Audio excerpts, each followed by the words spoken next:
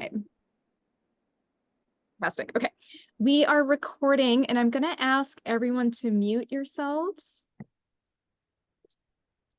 Do this. And... Okay. All right. All right. Welcome. Oh, here we go. Okay. Welcome everyone to tonight's session on navigating digital overload. This is the second time we're offering this workshop. So if any of you joined us last time, please let us know in the chat. And we'd also love to hear if you implemented any of the interventions that we discussed. Hi, Ross. Ross is saying hello from the Philippines. Welcome. Thank you so much for joining us. What time is it for you in the Philippines? Hopefully it's not too late or too early. And Dr. Malathi's there. We've got more people coming in. Okay. So let's go ahead and get started. Yeah, so if any of you joined us last time, 9 a.m. for you, Ross. Great. Okay, good. That's a decent hour. So if any of you did join us last time, please let us know in the chat if you were here. And if this is your first time attending this workshop, you are very welcome, and we're so glad to have you here. If we haven't met before, I'm Dr. Nishi Bhopal. I'm an integrative psychiatrist and sleep medicine physician and the founder of Pacific Integrative Psychiatry. We're an online psychiatry practice, seeing patients all across California, and we take a whole body approach to mental health. So that includes using medications when appropriate, but also integrating other strategies, including nutrition, gut health, supplements, and other things into treatment. And we are joined today by my co-host, Dr. Malathi. I'll turn it over to you, Dr. Malathi. Oh, you're muted, Dr. Malathi.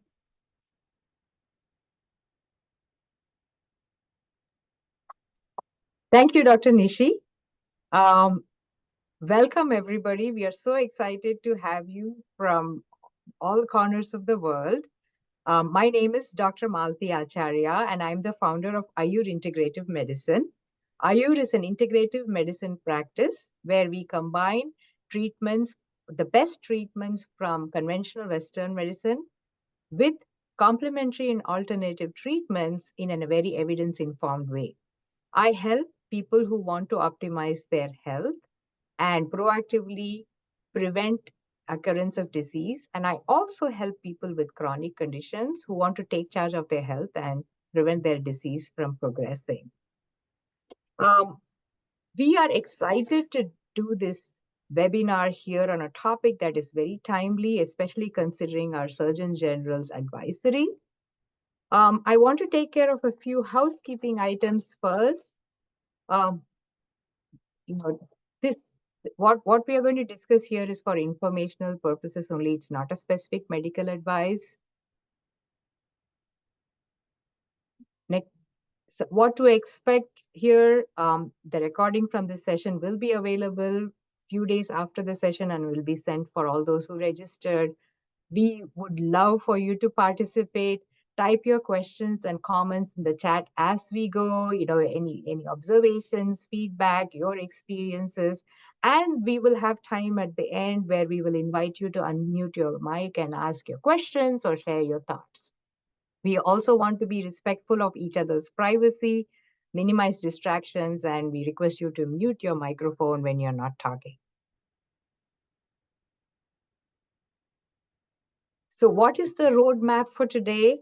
We are going to talk about what is digital overload, what impact does it have on our mind and body, how do we recognize that we are suffering from the symptoms of digital overload. Then comes the most important part. Dr. Nishi and I are going to share some strategies with you. And finally, we'll open it up for questions and comments. So this is the roadmap for today. So what is digital overload? So every day we are bombarded by a barrage of digital information through our smartphones, laptops, and tablets. And they seem to be coming at us from all directions. We need to process and sort through this information constantly to determine what is important and what can be disregarded, and what needs to be acted upon immediately and which ones can wait. So this constant processing and sorting takes a toll on us. It takes a toll on our mind, brain, body, and spirit, and ultimately leading to various illnesses downstream. The manifestations of digital overload can be physical for some patients, some people, like neck pain, text neck, back pain, arm pain, tennis elbow, and other repetitive strain type of complaints. Whereas some people can experience sleep problems, some have anxiety, depression, constant fatigue. And for many of us, it can show up as inefficiency. We are not able to complete our professional tasks. And being in this state constantly also makes it very hard for us to disengage from our digital connections. So this in a nutshell is what is digital overload. And I'm going to hand it back over to Dr. Nishi so she could go over some strategies and personality frameworks that will help you identify, what you're going through and recognize the symptoms. Back to you, Dr. Nishi. Okay, thank you, Dr. Malathi. So, okay, let's have a little bit of fun with this. We've got these 5 different personality types. And so as I go through these, I want you to identify if you fall into any of these patterns, keeping in mind you might fall into more than one category. And as I go through them, share in the chat if any of these things resonate with you and which category you think you might fall into, or categories. Okay, so we'll start with the multitasker. So this is the person who is juggling multiple digital tasks at once. You might be answering emails while you're on a Zoom call. Maybe you're doing that right now as we speak. You might be scrolling through social media during meetings. You might be texting while you're talking to somebody else. What can happen with the multitasker is that it can lead to burnout in the sense of feeling constantly scattered. You might find that it's hard to focus on one thing at a time because your brain has now learned to be distracted. So it's hard to even just kind of zoom in on something and focus on it. And that can lead to mental fatigue because you're trying to do too much all at once. If that resonates with you, let us know in the chat. The next one is the notification addict. So this is you. If you thrive on that rush of receiving different notifications, whether you get an email, you get a ping, you get a text message, you get an app alert, you've got notifications on your Instagram or your social media. If you feel compelled to check your devices constantly because you don't want to miss anything, you could fall into this category. And some of the consequences of being the notification addict, and we're using these terms loosely, it's not really an addiction necessarily, but we're just having fun with some of these terms. Some of the signs of burnout here are feeling anxious when you're not checking your phone or not checking your notifications. You might have difficulty disconnecting during your leisure time. You might have a feeling that you're always on call. You might feel compelled to have to check your emails and have to respond to them right away. So if that sounds like you, type number 2 in the chat. And I see some people are already commenting. They identify with several of these categories. Okay, let's look at number 3, which is the infinite scroller. So this is where you might find yourself scrolling through social media feeds. There's also this term called doom scrolling, where you're just kind of scrolling along and it doesn't necessarily feel good, or you're reading, bad news or disturbing things. But doesn't always have to be negative in that way. You might be binge watching online content. You're watching Netflix, and these systems are set up to keep going. It'll just keep playing the next episode automatically. So you might find yourself binging on TV or episodes. And then what can happen here is you lose track of time. So it might feel like you were just on for a few minutes, and then you find out it's actually an hour and a half later. Some signs of burnout here are feeling drained after spending hours online. In some cases, people might end up neglecting other activities or other responsibilities instead of doing your work, or instead of making dinner or something like that. You might find that you're just kind of sucked into this online world. You might also struggle to find satisfaction beyond digital engagement, right? And you might find it's even harder to connect with people or do things that don't involve a screen. So if that sounds like you, let us know in the chat. Number 4 is the perpetual sharer. So this category describes the person who is frequently posting updates, photos, maybe sharing stories on social media, and it could also involve seeking validation and connection through online sharing. And some signs of burnout here are feeling a pressure to constantly curate your online presence. You might find that you fall into that comparison trap, comparisonitis, where you're comparing yourself to other people's social media feeds. And it might start to lead to anxiety about being online, but then it's hard to disconnect, right? Because you don't want to miss out. And there's that fear of missing out that can go along with this as well. Sometimes there may be a feeling of an obligation of, I have to post on social media. People are expecting to see photos of my vacation or, whatnot. So if this sounds like you, the perpetual share, let us know in the chat. And then finally, the 5th category is the people pleaser.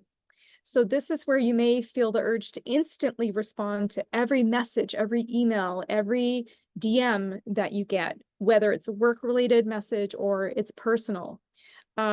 Some signs of burnout here are feeling exhausted, trying to keep up with a constant barrage of messages. You also might notice that you start to get irritable or anxious when other people don't respond to you right away. You might have that feeling you have to respond right away, and when they don't get back to you immediately, you might notice some feelings, some negative feelings coming up around that. Maybe even resentment and other emotions. So if that sounds like you, let us know in the chat. And I see some more comments here. I'm a cross between multitasker and infinite scroller, but probably experience pieces of all of the types. And as Dr. Malathi said, yes, that's often the case with many of us. I know that I can identify with aspects of all of these. And so it's not unusual that we might fall into one or the other. And there might be certain ones that are more prominent for you or that might come out more during times of stress. So you might find that you fall more into the multitasking arena, for example, if you're feeling anxious and so on. So we'll keep exploring these as we go along. Yeah. So to summarize what Dr. Nishi said, I want to kind of bring together the impact of digital overload on our mind and body.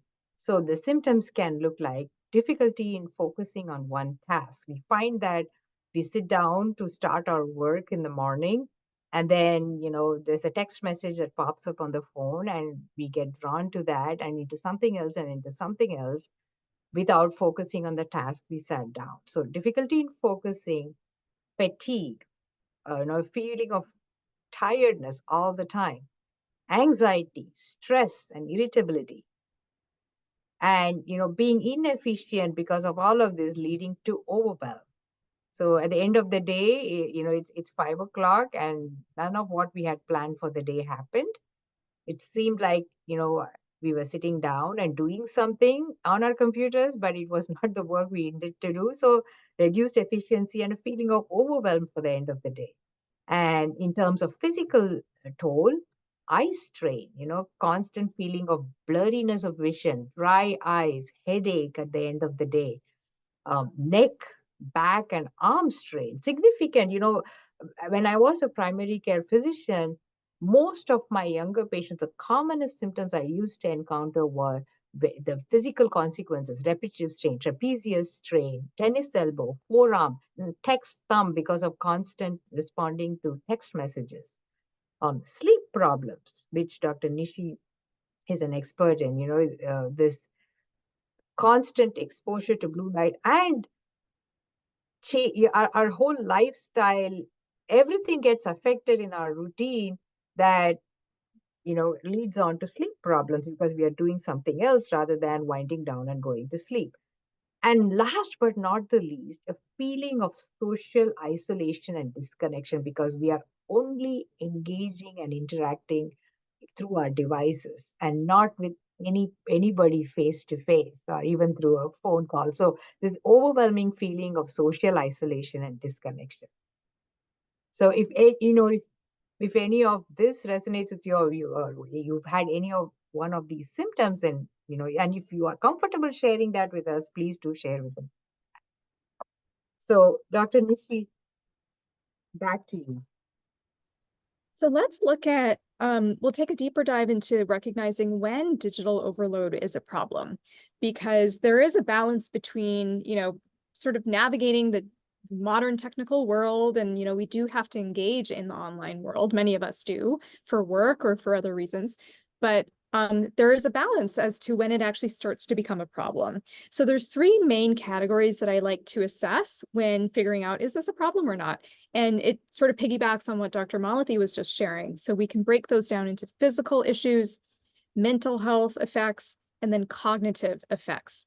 So the physical effects include things like tech neck, the eye strain, and smartphone thumb that Dr. Malathi was just talking about. But it also goes beyond those physical effects of actually, physically using those devices. What happens is with the digital world is we become more sedentary, right? We may be taking fewer steps during the day. We may be, locked into our computer or locked into our devices and just, really less mobile. And that can lead to other downstream issues. It can lead to metabolic problems. It can lead to obesity. It can also lead to depression, because when we're more sedentary, that can also have an impact on our mental health. So there's that connection there. In addition, being less sedentary can relate to sleep problems because it reduces our sleep drive. In order to get a good night's sleep, we have to have a certain level of activity during the day. And so the more sedentary a person is, generally, the worse their sleep quality can be as well. So that's the physical health category in a nutshell. The next category is the impacts on mental health. So we talked a bit about the comparisonitis issue, right? Comparing ourselves to others online, or the feeling, the fear of missing out, FOMO. We've talked about lack of connection, and Dr. Malathi is going to talk a bit about that later on as well. Loneliness. It's interesting, right? Because we're more connected than ever in many ways, but we also have an epidemic of loneliness now. And the Surgeon General has spoken about this. He's also spoken about the impact of social media on children and adolescent mental health. He just came out with an advisory. When was it, Dr. Malathi? Maybe like a few days ago or last week, I think. Yeah, coming out with an advisory about social media because of the impact on mental health. You might also find that there's more subtle symptoms, though. So it might not lead to these overt symptoms of, oh my gosh, I feel anxious, or I feel depressed, or I'm comparing myself to others. There may be more subtle signs like overanalyzing things, falling into patterns of analysis paralysis. So, an example here is we have so much choice these days. There's so much information to sort through. Like I was thinking about getting a new pillow, right? The other day I was like, oh, yeah, probably time for me to get a new pillow. There's so many kinds online. Like you could spend hours researching simple things like this. Whereas maybe, 20 years ago, there was a couple of options. You go to Sears or whatever, and you pick out your pillow, or Macy's or whatnot. And now like there's all these different options, and you could easily fall into a rabbit hole of doing research and getting into this analysis paralysis problem. And I see this a lot with the patients that we work with in our practice, where it's so hard to make a decision or even trust yourself to make a decision, because there's all these conflicting opinions and things online, and you can go into Reddit and whatnot, right? So this is a more subtle sign that it might be impacting your mental health. Other signs with regard to mental health include irritability. So just getting snappy, getting impatient, feeling like you just can't put things down, like you can't stop, like there's this feeling that you have to keep on going, and it's even hard to slow down during your workday or even on weekends and days off. So these are some subtle signs that you might be dealing with digital overload. Then the third category I mentioned was cognitive. And there is a phenomenon called digital dementia. And it's not actual dementia. So it's not a diagnosable condition like Alzheimer's dementia or anything like that. It's kind of a sort of a fun term. Maybe it's not fun, but it's a playful term that describes the problems with attention, focus, and memory that we get with digital overload. Because with digital overload and information overload, it really depletes our mental reserves, right? So again, using that example of, okay, I want to buy a new pillow. There's so much information, and you're constantly sorting through and sifting through all this information, and that's actually very draining. So it can lead to problems with short-term memory, You might not be encoding the information, which is when, you take in new information and then there's time for that to get encoded into your longer term memory. Now you remember it. So there's so much information, it's hard to even take it in. It's like drinking from a fire hose, right? It's not going to be very effective. You might find that it's easy to lose things. You're misplacing things. Where did I put my phone? I just had it and I put it down somewhere and I don't know where I put it, or my keys, or, things like this. You might notice that you have difficulty with word recall or even remembering people's names. Or you might experience trouble with multitasking, right? So it's hard to finish even one email. You're in the middle of typing an email. Oh, but I just got a ping over there. Let me go check that. And now you've gone completely in a different direction. So this describes that digital dementia, which again is not a diagnosable condition, but it describes this pattern of symptoms that people can experience.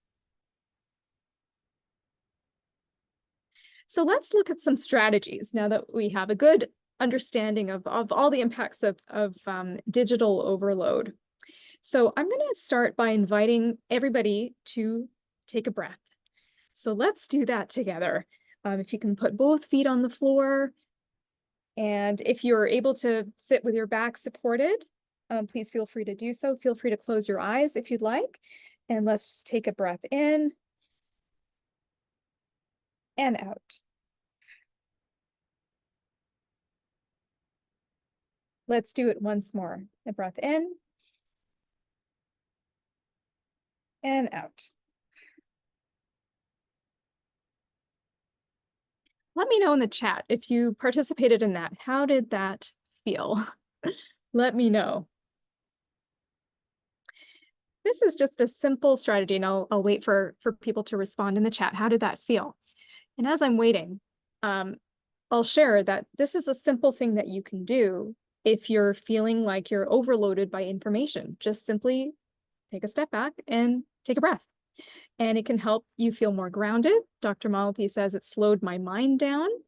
You may find that it helps you have more perspective, right? You can get caught up into things and like, okay, let me just take a step back and get some perspective from this. And I see another comment, it really made me tired and I yawned, right? So it can help you connect with your body too. Dr. Malati was talking about how with digital overload, sometimes we end up in this pattern of what's called bedtime displacement. We're tired, but we don't know we're tired. We're sleepy, but we don't know we're sleepy because we're engaged in something else. The body wants to sleep, but the mind wants to keep going and, watching Netflix or, engaging on Instagram or whatever it is, right? So doing this can actually help you feel more grounded and connected with your body and figure out what is it that you need in that moment. So that's sort of step one, just by taking a breath and just noticing, checking in with yourself. What is it? What do I need in this moment? Why am I scrolling through, Instagram right now? Why am I checking my LinkedIn notifications right now? What do I want to get out of this? Just even asking yourself that question can help break the cycle of that doom scrolling, or, even just helping you to take a break. The next thing that I like to introduce is what I call micro practices. Micro practices are practices that you can do that only take a few seconds. They don't take a lot of time. They don't require any special equipment or resources. You can do them anytime, anywhere. A breath is an example of that, like this deep breath that we just did. That's an example of a micro practice. Another one is to get up and stretch. And this can help with the tech neck that we were discussing. So even just getting up and stretching, you can do it now if you want. You can stretch out your arms, you can stand up, you can even do some squats or something like that, touch your toes, whatever you're able to do. You can roll out your shoulders. I invite you all to try that as well if you'd like. And these little micro practices, again, get you back into your body and also can help counteract some of those physical impacts that we were discussing. Even closing your eyes for a few seconds can be helpful. And this is something that I do all of these during my workday because I'm on Zoom all day. I'm talking to people back to back, talking to patients, or I have other meetings. And so I'm pretty much on Zoom all day on meetings. And it's very easy to get locked in, kind of hunched over, staring at the screen. You can get eye strain as well. And so I try to do these micro practices after each meeting where I would get up, I might do some stretching, I'll do a couple deep breaths, might close my eyes for a few seconds to help alleviate eye strain, or even gaze outside so that I'm shifting my gaze from up close to distance. These little things can all be helpful. And then the next step 3 is to do a digital detox. And so I invite all of you to consider how you might want to build a digital detox into your routines, whether it's a daily routine or a weekly routine. One nice way to start is by doing a digital detox half a day a week. And Sunday kind of lends itself well to this, depending on if you have a standard 9 to 5 Monday through Friday work schedule, Sundays are nice, but depending on your schedule, you can choose any day. And start with maybe half a day a week where you're not using your phone, you're not on your computer, you're away from screens, you're not checking your notifications, and ideally you're outside, you're in nature, you're moving. You can add those layers onto it as well. And I invite you to try that and see how that feels. And it can be quite powerful, actually. And it helps to retrain your brain to get out of this cycle of being on our devices all of the time. You might even notice that your sleep improves if you do this. You can also try a mini digital detox each day. And what I mean by that is you can try this strategy called the bookend strategy. And we discussed this last time on our workshop. And I've been doing it more regularly ever since then. And oh my goodness, it makes such a difference. It's so helpful. So what it means is that you don't use your devices for an hour after you wake up and then an hour before you go to bed. And it's really simple, but it really does help with one, just not jumping straight into your, technology first thing in the morning. What I do instead is do some meditation or a yoga practice, or maybe go outside, take the dog for a walk, those kinds of things. And it's really interesting because since I started really intentionally doing this, I realized how much more time I have in the morning. I sometimes would get into this trap of like, oh my gosh, I have no time and I have to start work and I have all these things I need to do. And just simply putting those devices aside and focusing on these other practices, it's so calming and so centering. And then the advantage of doing it at nighttime is that it actually can have a positive impact on sleep quality because you're reducing your mental stimulation, you're reducing blue light exposure, you are just kind of helping your body wind down before you go to sleep. And I use an Aura ring, which tracks sleep patterns and heart rate variability, and some of my patients use it as well, and we'll look at their data. And I have found that my heart rate variability improves when I do this bookend strategy. And so we want our heart rate variability to increase. And so I have seen that happen with this strategy, which I think is really interesting. And then before I turn it back to Dr. Malathi, I'll share one last thing, which is about mindful consumption. So we're not saying to never go online, to never use your devices. I mean, we Dr. Malathi and I both do, and we, are on social media and we do use all of this technology that's available to us. It's actually a wonderful thing that we have this technology. We wouldn't be able to do this webinar without it, right? But it's how we use it that's important. And so being mindful about our usage, being thoughtful about how we want to use it. And this also helps for anyone who has kids or you have children in your life, young people in your life, it also helps to model that behavior for them. Going back to the Surgeon General's advisory about the digital world and children, as adults, we can model that healthy behavior for the younger generation. So I will turn it back to you, Dr. Malathi. Thank you, Dr. Nishi. You shared wonderful strategies with us, about breath work, micro practices, and digital detox. And I want to elaborate a little on a comment that Chelsea made before I delve into more strategies. What if you would like to use an app or follow a video to guide you through the yoga or meditation practices? That's totally fine. Again, being very mindful and intentional when doing that, using the device just as a guidance to help transition into that, yoga nidra or meditative state. As long as we are intentional and mindful about that, and we don't let ourselves get disturbed by other notifications that pop up on that device, that's totally fine. So I'm going to share 3 strategies with you all today. And I'm going to start with the top strategy, which is movement. Now, Dr. Nishi talked about sleep. She talked about how the lack of movement reduces our sleep drive, our drive to sleep, and that's you know that's one of the key reasons why movement is really important. Because physical activity is necessary for us to feel fatigued and feel the need for sleep. And we all of us know about its beneficial effect on heart rate, the capacity of pumping capacity of the heart, the ability to generate collateral blood vessels, reducing blood pressure, etc., etc. But I want to talk about a few more less discussed benefits of movement that is going to help us deal with the negative effects of digital overload. Movement, did you know that movement causes the production of a neurotransmitter called brain-derived neurotrophic factor?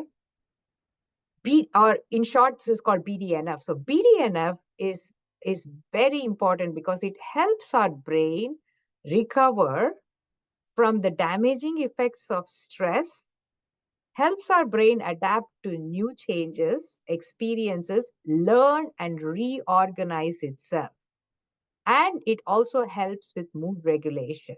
So by moving, we secrete, we secrete BDNF that helps in the neuroplasticity. So it helps our brain reorganize, heal, recover, and learn new processes, which is very vital for us to counter the negative effects of digital overload.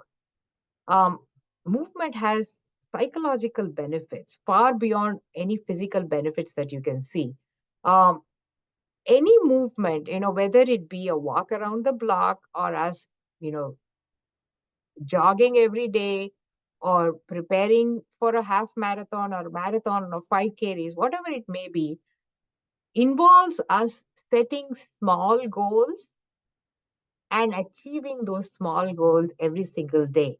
So it gives us a sense of self-efficacy that I am good at this. I can set this goal. I can achieve this goal. I can move on to better goals.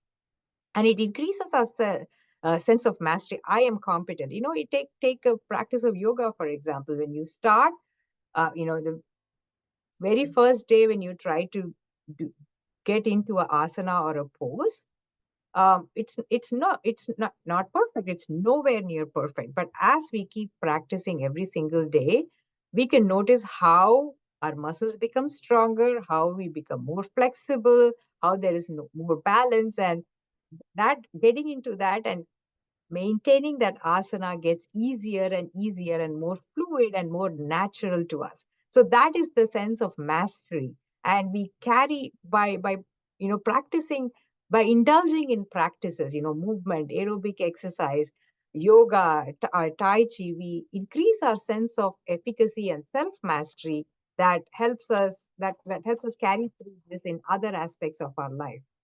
Movement reduces inflammation, and in traditional Chinese medicine, movement causes the flow of energy in our body. So in TCM, they believe that the energy has to flow freely in our body, and energy usually flows through channels called meridians. And if the energy is not freely flowing, um, then that leads to imbalances and diseases down the road. And movement actually increases the flow of energy and restores those imbalances, thereby preventing disease. So movement is very important. It's one of the most important strategies we can use. The second is nutrition. Dr. Nishi talked a lot about changes in mood, feeling fatigued, anxious, depressed, um, consuming. So what we eat has a great effect on how we feel. It's not only the physical effects of good nutrition, but also there's effects on our mind, on our brain and our mood and feelings. So consuming a predominantly plant-based whole food containing diet with a wide range of vegetables and fruits gives our body the micronutrients like vitamins and minerals that are necessary to actually make the neurotransmitters like dopamine and serotonin, which help us maintain our balance of mood, um, and helps counter the anxiety and depression that we feel when we are connected to the devices. And another most important aspect with respect to nutrition is mindful eating. Often when we are having lunch or dinner, we either are sitting next to our laptop or we are sitting with the phone in our hands, not focusing on what we are eating, but rather focusing on our devices and the information we are getting through that. So one strategy that I'd like to share is mindful eating. When we are sitting at dinner or having lunch, take that few minutes off completely, sit far away from, put your phone away. Don't sit at the desk that you have your computer on. Take a few minutes and, mindful eating where where you completely immerse yourself in how the food looks, how it feels, how it tastes, and also affirmations at the time as to how you're giving your body a balanced nourishment. You're including all these anti-inflammatory foods in your diet and how you are taking care of your health. So positive affirmations and how your whole body and mind is going to benefit from this food that you're eating. So mindful eating is converts the mechanical task of eating into a meditative state where the parasympathetic activity takes over. So that if there are two take home messages, it's that what we eat determines our mood and how we feel, and also the experience of eating makes a big difference. The third strategy I want to share is time in nature. And Dr. Nishi talked about micro practices. So I want kind of put it together. There is ample evidence in the literature that exposure to outdoors and nature has a positive impact on health and wellness. Um, there is a Japanese um, practice called Shinrin Yoku, which is forest bathing, which literally translates to forest bathing. And there are studies in Japanese literature that have shown that with this practice of Shinrin Yoku, um, this practice has shown to cause changes in physical parameters, reduced levels of serum cortisol, reduced heart rate, blood pressure, and reduced sympathetic system activity, which will translate to increased heart rate variability. So, just a simple practice of immersing ourselves in the outdoors, in nature, can cause all of these positive effects on our health. It's very well known that in children and adolescents, being out in nature and out in the open and playing improves attention, social connectedness, and behavior, as well as physical health. And this is also true for adults. So, in this day and age, we actually suffer from a nature deficit disorder. Now, the next question would be, how do we connect to nature, right? So when we talk about nature and connecting to nature, the first thought is that, oh, I need to take time and I need to go on this big hike out there at this beautiful hiking trail that's half an hour away from my house.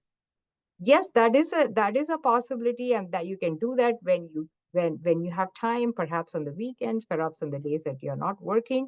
But there are easier ways of connecting to nature through micro practices that Dr. Nishi alluded to. So, if you have a window, and you have some greenery outside your window, one of the micro practices that you could do is to take a few steps, walk to the window, look out and look at the greenery outside your window. And I have a window right to my side here that opens into a lot of trees and I take a few minutes between the tasks that I'm doing on the screen to stare out through that window. It could be uh, stepping into your garden or front yard, out in the open for a few minutes every day. Just a few minutes in your home, front or backyard. That's connection to nature. Or if you know getting a house plant, learning to grow a house plant, and every every evening taking time to sit next to your house plant. Maybe when you have a cup of coffee, you can sit next to your house plant and have it, or you can have a plant at your desk in the office. So these are all micro practices that can help connect you to nature if doing the big hike or you're really going for long walks is not possible during a regular work day. Um, I also want to talk about the power of micro connection. So, because we are so hooked to the devices and we find it very hard to disconnect from the devices, we lose opportunities to actually connect to real people. Like, when I travel either for vacation or to a conference somewhere, often in the airport, as soon as I'm dropped off, from the time I, check in my luggage and go through security and everywhere, most of the time I'm looking at my phone. Um, but there was this one trip that I took in December that I had that it was a family tragedy. I lost my young cousin, and I was going for the funeral, and it was a very sad time. It was shocking. It was totally an unexpected thing, and I was very sad, devastated, and traveling alone to this event. And I didn't have anybody with me to share my thoughts, but what I did in that trip that I felt really helped me was that I put my phone away, and with every person that I connected with in the airport, starting from the TSA staff who checked my ID, I stopped to make eye connection and a smile and said hello to them. um, again, same with the person who was manning the security conveyor belts over at the airport. And I felt I was traveling alone. The circumstance was very sad, but I found microseconds of solace from this eye contact I made, from this warm greeting, from them returning my greetings.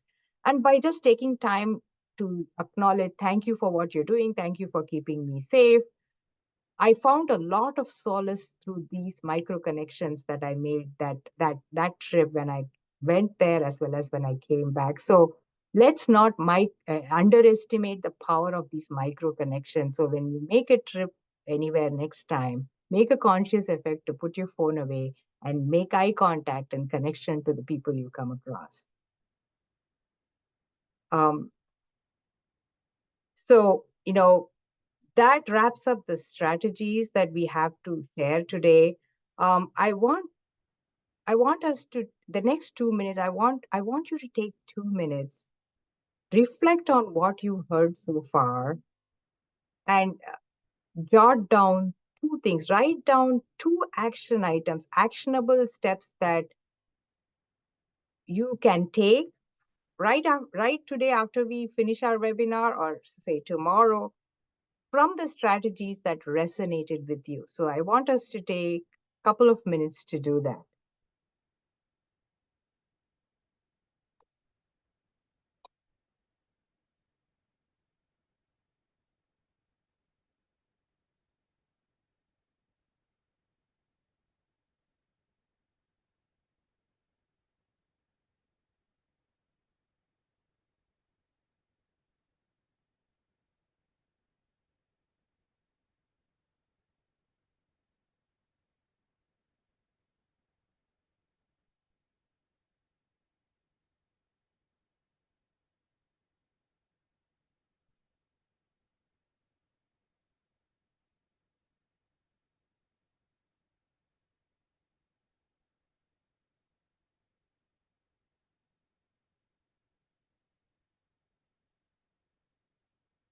Just going to give a few more seconds here for you to finish up your thought.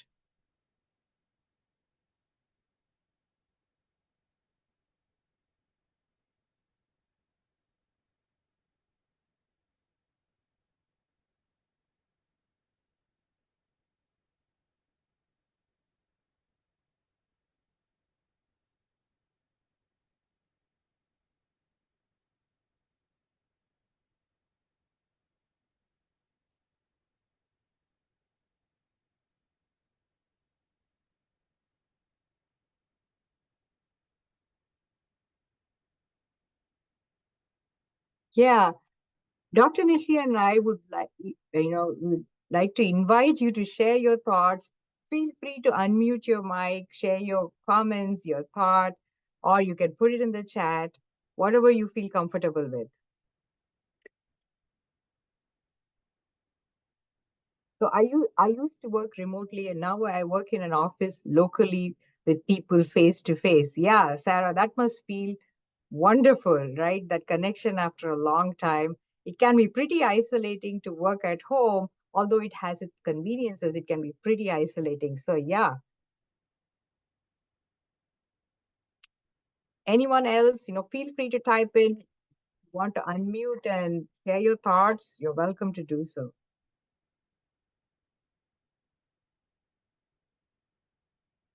Sarah says she wants to get out of her apartment and interact with people on a regular basis. Yes, absolutely. The power of connections, the comfort and the solace and the gratification that can give. Yes, that's great. Anybody else? Dr. Nishi, feel free to add your thoughts. Yeah, I'll share my things that I want to do. Oh, and I see a comment. One of my favorite things to do is use the do not disturb setting on my iPhone. Yeah, that's a great setting. And yeah, I highly recommend to everyone to do that. And the other thing that I recommend doing is to turn off all notifications. I've turned off all notifications on my phone. So I hardly get, I think the only thing I get is like a text message notification. Aside from that, I don't get anything because it's so easy to get distracted. And I see another comment putting time limits on social media apps. Yeah, that's great.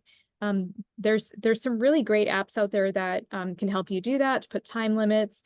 Some people have told me about, I haven't tried this yet, but apps that will turn your screen gray after a certain time, so that because the colors, like the colors and the lighting and all of this stuff, it actually draws us in. And so someone told me that they use this app that turns everything, their whole screen is black and white and gray. And it's really not that interesting to them anymore. And they're like, I don't feel like even scrolling. It's like all just blah. So that's something. And then I see, oh yeah, comment about an app, time limit app called Opal. Yeah, that's a great tool as well. And I'm going to share too, and I'd love for all of you to share, if there's two things that you want to commit to. Sarah shared hers. If there's two things you want to commit to after today that's going to help you reduce your digital overload. And I'll share my two, and I'd love to hear everyone else's. So my two are actually inspired by Dr. Malathi. So one of them was the micro connection. I love that. And I love the story thank you for sharing the story of when you were traveling. So I think I'm going to focus more on that as well. Just, going out, if I'm out at a coffee shop or something, and just like being mindful of keeping my device aside and connecting with the person. And Dr. Malthi was sharing, I think before we started, about how it really impacts that other person's day too, right? Like they're just at work at the cafe, or working at TSA or whatnot. And so that little micro connection that you have with them, it can really impact their day in such a positive way too. The second thing I'm going to try and focus on, and Dr. Malthi, your story about the micro connection with nature, it reminded me of something. Just like you were saying, connecting with your plant or whatever. It reminded me of when I was in university. I did my undergrad degree in biology, and one of the courses that I took was botany. And the assignment for the botany class was you pick one tree on campus and you follow that tree across the seasons. And so you basically make friends with your tree and then you see how it changes across, all 4 seasons and what happens to it and what do you notice about that.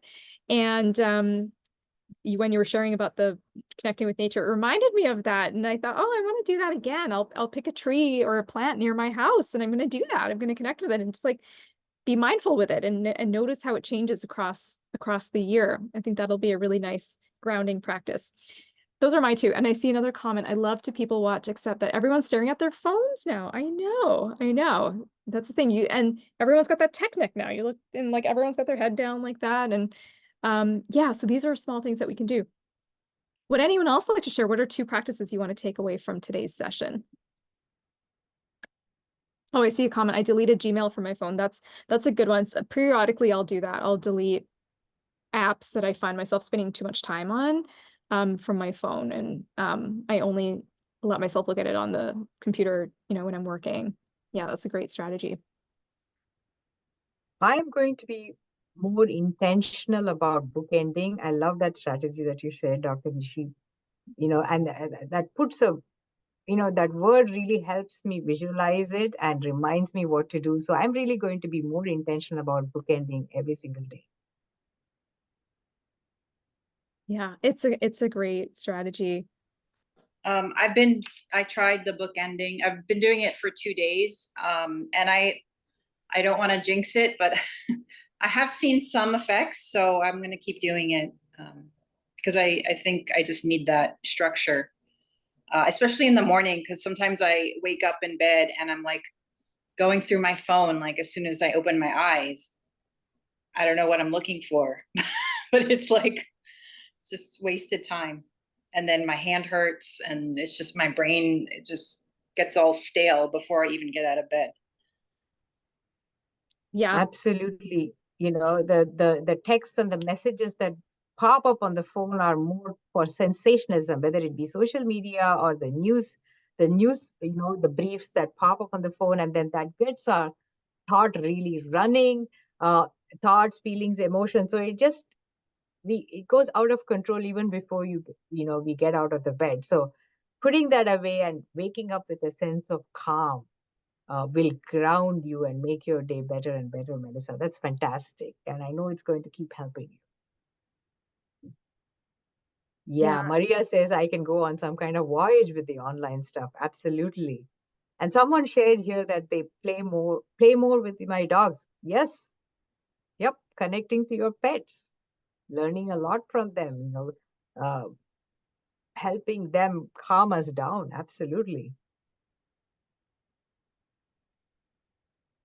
Antonia shared, I like the bookend strategy as well. 6:30 a.m. is far too early to be on the phone scrolling around. Yep, it is. It is. Somehow, for me, even, for a lot of us and for me included, I really don't know how I got into that and what I expect to find in the morning as soon as I see it. But I am going to be more meticulous about that as well. Keeps me distracted from finishing the tasks to do. Yep, because the mind goes on another track for sure. Yeah. Yeah, I think. Hi, this is Tony. Am I connected here too? Yes. Yeah. Go ahead, Tony. Oh, good. Yeah, I'll just talk about bookends. I've decided I've got to put my phone outside my bedroom, I think, because the temptation to just grab it off the nightstand is right there. And I mean, some of the things you were saying, like the mindfulness of asking myself why I'm scrolling at 2 a.m. in the morning and watching, talent shows or TV shows or anything but getting some much needed rest. I live on a farm and, there's a beautiful woods not very far from the house, and there's no reason not to go out and enjoy that and enjoy my breakfast before I, hit the phone or do anything else in the day. So really great ideas. Oh, and Doctor, I know what you mean about botany. I had my favorite Pseudotsuga menziesii Douglas fir that I relate to as well. So thank you for bringing up that idea. Yes. Thanks, ladies. Wonderful. Thank you for sharing that, Tony. Yeah, no. Sure. Yeah, and it's like, there's this thing called bed rotting. I don't know if any of you have heard that term, bed rotting, which is basically when you're laying in your bed and you're just scrolling on your phone or just lounging around. And it can feel like self-care in some ways, like I think sometimes there's this kind of like fine line between, is it self-care or not? Is it not helping me? Where, oh, I'm just gonna let myself lay here and relax and I'm gonna look at my phone. And I definitely fall into that pattern. And I'll go on YouTube and I'll start catching up on late night shows or whatever, comedy or whatever. And then it's like, I don't feel good after doing that. And so is it really self-care? Is this helping me? Right. So just even asking yourself, like, if it feels like, I don't know, it feels like kind of indulgent, is it really helpful or not? And then there's so much more time available to us when we, get off of our devices. Maria says, keeps me distracted. Yeah, although I try to do something while listening to the phone. Yeah. So again, there is a difference between, so studies have shown a difference between, like the impacts with different types of content. So if you're just on, TikTok or something and you're scrolling mindlessly and the content isn't really that helpful, that's different than you're maybe listening to an educational podcast, you're on an educational webinar, you're watching a lecture on a topic that is, interesting to you, and you're learning something that has a different impact, right? So if you are on your device, what are you on it for? Are you on it to learn something? Or are you on it to distract yourself? So just, again, checking in with ourselves and asking that question can make a big difference. And also, synchronous is asynchronous. This is a webinar. We are Dr. Nishi and I are interacting with all of you. This is less likely, it's likely to cause much less strain on our bodies and minds than if you watched a video that had no meaningful value to you, or rather a video for just pure entertainment. Or you could be having a FaceTime call or a video call with your family in different parts of the world. That is really, that is connecting and repleting yourself. So yeah, really being intentional about what we do is important. Yeah, I wanted to say, can I interrupt and say, I do a journal practice every day called Silk and Sonder. It's also from the Bay Area, and it helps me greatly to connect with myself, and not be so concerned about what other people are thinking, feeling about me, or stuff that happened in the past. Yes. So anyway. Yeah. Journaling is a valuable tool. Yes. Yep. Excellent. Thank you so much for sharing that. And, we're coming down to the end of our time here. And so I want to be respectful of everybody's time and just thank you so much for joining us tonight. It's the evening and the end of your workday, and well, I know for some of you it's the morning if you're in the Philippines, but we really appreciate you spending your evening with us, and we're very grateful for your participation, and we'd love to hear from you. So if, as you try these different strategies we've talked about, you can just reply to the emails that we've been sending out and just let us know how it's going. Here's more information about our practices. I'll share my practice and Dr. Malti can share hers. So my practice is called Pacific Integrative Psychiatry. And so if you want more, information, if you need more support with some of these things, especially if you're struggling with anxiety, depression, or sleep issues, we would love to support you through that. We see patients across California, and we use integrative psychiatry, nutrition, we offer therapy, and there's our website, pacificintegrativepsych.com. So feel free to check out our website. And if you have any questions about it, you can just reply to the email that I sent out about this seminar. And I'll be happy to provide more details. My practice is called Integrative Medicine. This world of digital overload and increased dependency on these devices ultimately leads to health issues like obesity, diabetes, high blood pressure, heart problems. So at Integrative Medicine, I go beyond just prescribing medications, and I focus on holistic and personalized care. You can find more information about me at www.ayur.today. And you can email me if you have any questions. You can email me at info@ayur.today. And Dr. Dishi and I are incredibly grateful that you took the time and joined us today. Thank you. Thank you all. And we do this webinar periodically. And so you're welcome to come back to the next, we haven't set the date for the next one, but you're welcome to come back to it again the next time and share your updates and just get a refresher. Because even for me, even though we're presenting this, it's refreshed some things for me that I want to try. And it's just a good reminder for me as well to navigate my own issues with digital overload. So thank you, Dr. Malti, for co-hosting. Thank you all for joining, and have a wonderful evening, everybody. Thank you. Thank you. Bye. Thank you. Bye. Thank you. Bye-bye. Bye-bye. Bye-bye.